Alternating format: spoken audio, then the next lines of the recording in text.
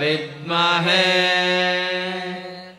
ವೈದ್ಯರಾಜಾಯ ಧೀಮಹಿ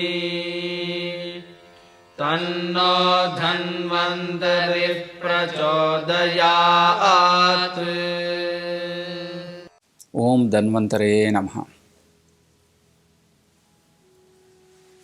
ಪ್ರತಿಯೊಬ್ಬರ ಆಸೆ ಅಂತ ಹೇಳಿದರೆ ಒಂದು ಆರೋಗ್ಯವಂತ ಜೀವನವನ್ನು ಹೊಂದುವಂಥದ್ದು. ಅದು ಶಾರೀರಿಕವಾದ ಆರೋಗ್ಯ ಇರ್ಬೋದು, ಮಾನಸಿಕವಾದ ಆರೋಗ್ಯ ಇರಬಹುದು. ಆದರೆ ಈ ಆರೋಗ್ಯ ಹೇಳುವಂಥದ್ದು ಯಾವುದೇ ಅಂಗಡಿಗಳಲ್ಲಿ ಹೋಗಿ ಖರೀದಿ ಮಾಡುವಂಥ ವಿಷಯವಲ್ಲ. ವ್ಯಕ್ತಿಯು ಯಾವ ರೀತಿಯಾದಂಥ ಆಹಾರವನ್ನು ಸೇವಿಸ್ತಾನೋ, ಯಾವ ರೀತಿಯಾದಂಥ ಒಂದು ಚಟುವಟಿಕೆಗಳನ್ನು ಮಾಡ್ತಾನೋ, ಅದರ ಫಲವಾಗಿ ಆರೋಗ್ಯಾವಸ್ಥೆಯನ್ನು ಹೊಂದಬಹುದು ಅಥವಾ ಅನಾರೋಗ್ಯಾವಸ್ಥೆಯನ್ನು ಹೊಂದಬಹುದು. ಈ ಕಾರಣದಿಂದಾಗಿಯೇ ಪ್ರತಿಯೊಬ್ಬರು ತಾವು ಮಾಡುವಂತಹ ಚಟುವಟಿಕೆ, ಆಹಾರ ಸೇವನೆ ಹಾಗೂ ಇವೆರಡರಷ್ಟೇ ಪ್ರಮುಖವಾದಂತಹ ನಿದ್ದೆಯ ಬಗ್ಗೆಯೂ ಸಹ ಗಮನ ಕೊಡುವುದು ಅತಿ ಅವಶ್ಯಕ. ನಿದ್ದೆ ಹೇಳುವಂಥದ್ದು ಆರೋಗ್ಯವನ್ನು ಹೊಂದಲಿಕ್ಕೆ ಒಂದು ಪ್ರಮುಖವಾದ ಒಂದು ಸ್ತಂಭವಾಗಿದೆ. ನಿದ್ದೆಯನ್ನು ಯಾರು ಸರಿಯಾಗಿ ಮಾಡ್ತಾರೋ, ಸರಿಯಾದ ಪ್ರಮಾಣದಲ್ಲಿ ಮಾಡ್ತಾರೋ ಹಾಗೂ ಸರಿಯಾದ ಸಮಯದಲ್ಲಿ ಮಾಡ್ತಾರೋ ಆ ವ್ಯಕ್ತಿಯಲ್ಲಿ ನಿದ್ದೆಯು ಆರೋಗ್ಯವನ್ನು ಉತ್ಪನ್ನ ಮಾಡ್ತದೆ, ಶರೀರ ಪೋಷಣೆಯನ್ನು ಮಾಡ್ತದೆ, ಯಾವುದೇ ರೀತಿಯಾದಂತಹ ರೋಗಗಳು, ಕಾಯಿಲೆಗಳು ವ್ಯಕ್ತಿಗೆ ಬರದಂತೆ ತಡೀತದೆ. ನಿದ್ದೆಯ ಬಗ್ಗೆ ಆಯುರ್ವೇದ ಗ್ರಂಥಗಳಲ್ಲಿ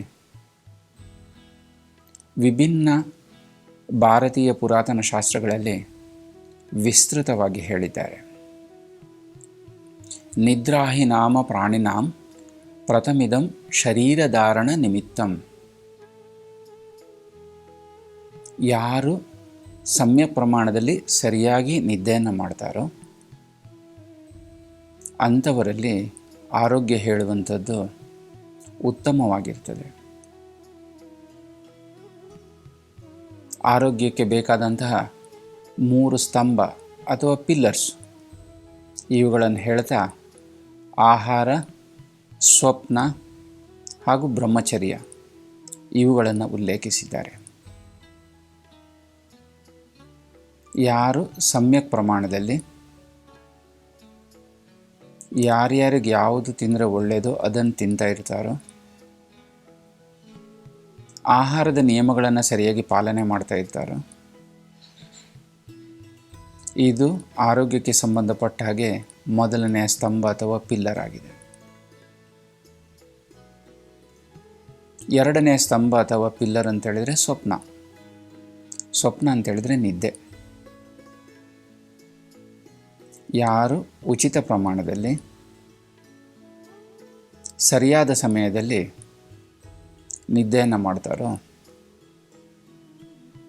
ಅವರಲ್ಲಿ ಈ ನಿದ್ದೆ ಹೇಳುವಂಥದ್ದು ಒಂದು ಒಳ್ಳೆಯ ಸ್ತಂಭ ಅಥವಾ ಸ್ಟ್ರಾಂಗ್ ಪಿಲ್ಲರ್ ಆಗಿರ್ತದೆ.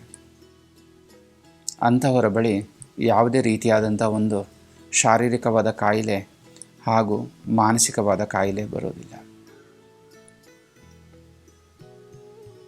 ಮೂರನೆಯ ಸ್ತಂಭ ಆರೋಗ್ಯಕ್ಕಾಗಿ ಬ್ರಹ್ಮಚರ್ಯವಾಗಿದೆ.